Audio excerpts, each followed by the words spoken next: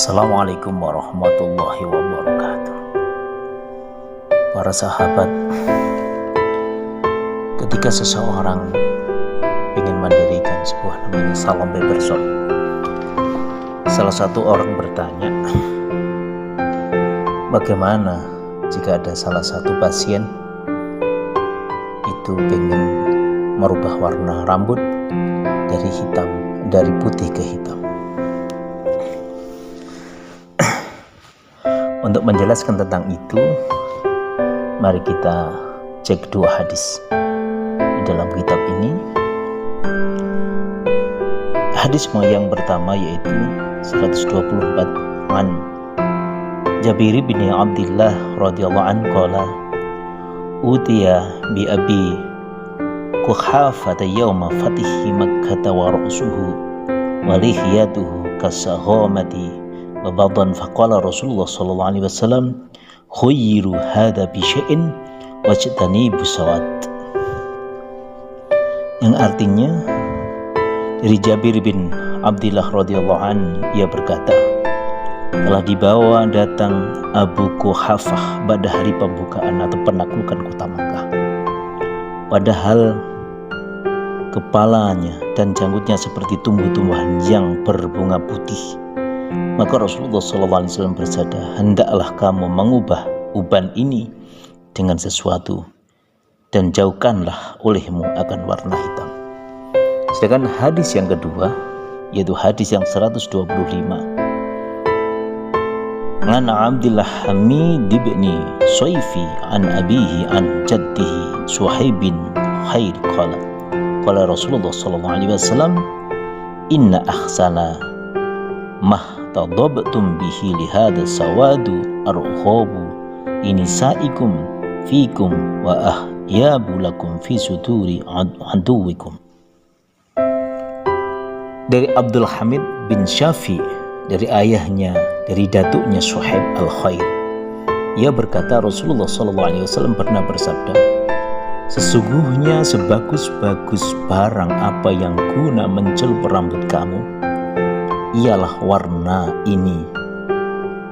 Warna hitam ini, ia sangat menarik perempuan-perempuan kamu kepadamu dan sangat menakutkan dalam dada musuh kamu kepadamu. Keterangan perawi hadis-hadis tersebut, hadis yang nomor 124 yang pertama tadi diriwayatkan oleh Ahmad, Muslim, Abu Dawud, An-Nasai dan Ibnu Majah. Sedangkan hadis yang nomor 25 yang kedua tadi yang tersebut itu diriwayatkan oleh Ibnu Majah. Tingkatan hadis-hadis tersebut yaitu ketika hadis yang pertama 124 tadi adalah sahih, sedangkan hadis yang nomor 125 yang tersebut adalah isnadnya hasan. Sedangkan kandungan hadis-hadis tersebut, kalau hadis yang pertama 124 yang tersebut itu mengandung petunjuk bahwa orang yang telah beruban di rambut kepalanya diperintahkan supaya mengubah atau menyelupnya dengan warna yang selain dari warna hitam. Jadi orang yang dilarang mengubah ubannya dengan warna hitam. Sedangkan hadis yang kedua atau nomor 125 yang tersebut itu mengandung petunjuk bahwa sebagus-bagus celupan guna mengubah uban itu ialah celupan yang warna hitam. Karena rambut yang kelihatan masih hitam itu dapat menarik hati orang perempuan dan dapat menakutkan hati para musuh dalam peperangan.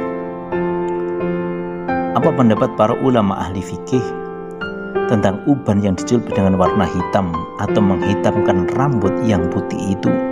Para ulama ahli fikih berselisih pendapat dalam membahas dan menempatkan hukumnya, yakni sebagian pendapat haram, sebagian berpendapat makruh, dan sebagian yang lain berpendapat mubah. Kata An-Nawawi, pada mazhab kami Syafi'i sunnah mencelup uban kepala atau janggut bagi orang lelaki dan orang perempuan dengan warna kuning atau merah, dan haram mencelupnya dengan warna hitam atas kaul yang lebih sah. Demikian kata An-Nawawi dalam Syarah Muslim, dan dalam Syarah Muhazzab beliau berkata, dan yang sahih bahkan yang benar bahwasanya mencelup uban dengan hitam itu haram, dan daripada orang yang menjelaskan keharamannya, yaitu pengarang kitab Al-Hawi dalam babus sholah bin najasah.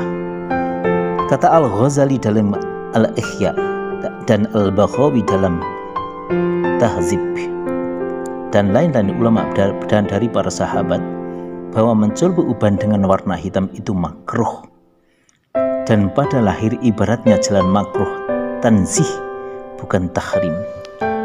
Sedangkan Al-Mawardi dalam Al-Ghawi menegaskan tentang keharamannya menghitamkan uban kecuali bagi orang yang berperang. Kata Al-Hafidh Ibnu Hajar Al-Asqalani dari Al-Fath, dan telah membolehkan tentang mencelup rambut dengan warna hitam segolongan daripada ulama salaf. Dari antara mereka ialah Sa'ad bin Abi Waqqas, Uqbah bin Amir, Al-Hasan, Al-Husain, Al-Jaril, dan lain-lainnya lagi.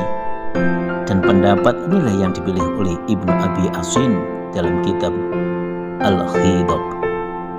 Menilik uraian tersebut itu dijelaskan bahwa tentang hukum menghitamkan rambut itu dalam lingkungan para ulama yang bermazhab Syafi'i ada terbagi atas 3 bagian. Apa itu? Kata Ibnu Qayyim dalam Zadul Ma'had, telah syah riwayat dari Hasan dan Husain bahwa keduanya mencelup rambutnya dengan warna hitam. Yang menyebutkan demikian adalah Ibnu Jarir dalam kitab Tahzibul Absar, dan Ibnu Jarir telah menyebutkan pula bahwa di antara para ulama salaf yang membolehkan orang mencelup rambut dengan warna hitam dari antara para sahabat Nabi ialah Utsman bin Affan, Abdullah bin Ja'far, Sa'ad bin Abi Waqqas, Uqbah bin Amir, Mughirah bin Shu'aib, Jari bin Abdullah, dan Amir bin Aus. Di antara para ulama tabi'in adalah Amr bin Utsman, Ali bin Abdullah bin Abbas, Abu Salamah bin Abdurrahman bin Al-Aswad, Musa bin Talhah Az-Zuhri Ajub, dan Ismail bin Madhi Kariba. Dan Ibnu Jauzu'i meriwayatkan bahwa di antara para ulama besar yang membolehkan orang mencelup rambutnya dengan warna hitam ialah Maharib bin Dizar, Jazib bin Jurayj, Ibnu Abi Layla, Abu Yusuf, Abu Ishaq, Yajad bin Alaqah, Wazan bin Jami, Nafi bin Jubair, Amir bin Ali, dan Qasim bin Salamah. Ada beberapa tambahan, perlu ditambahkan di sini. Ada satu hadis ini, an Abi Hurairah radhiyallahu anhu qala Rasulullah sallallahu alaihi wasallam, innal yahuda wa nasara la yas'uhuna fa khalifuhum. Dari Abi Hurairah radhiyallahu anhu berkata, Rasulullah sallallahu alaihi wasallam pernah bersabda, sesungguhnya kaum Yahudi dan Nasrani tidak mencelup uban rambut mereka, maka dari itu hendaklah kamu menyalai mereka. Riwayat Al-Bukhari, Muslim, Ahmad bin Abdullah, An-Nasai, At-Tirmidzi, dan Ibnu Majah. Hadis ini adalah sahih. Dalam hadis ini jelaskan bahwa orang Islam diperintahkan supaya mencelup ubannya untuk menjalani adat kebiasaan kaum Yahudi dan Nasrani di kala itu, yang pada umumnya mereka tidak mencelup ubannya. Berhubung dengan itu, maka Ibnu Jarir setelah memberikan dengan panjang lebar tentang perselisihan para ulama salaf mengenai hukum mencelup uban, baik dengan warna kuning ataupun dengan warna merah dan dengan warna hitam, maka dalam kata penutupnya beliau mengatakan perselisihan para ulama salaf dalam memperbuat 2 perkara atau mencelup dan tidak mencelup itu menurut keadaan mereka masing-masing dikala itu ditentang urusan itu.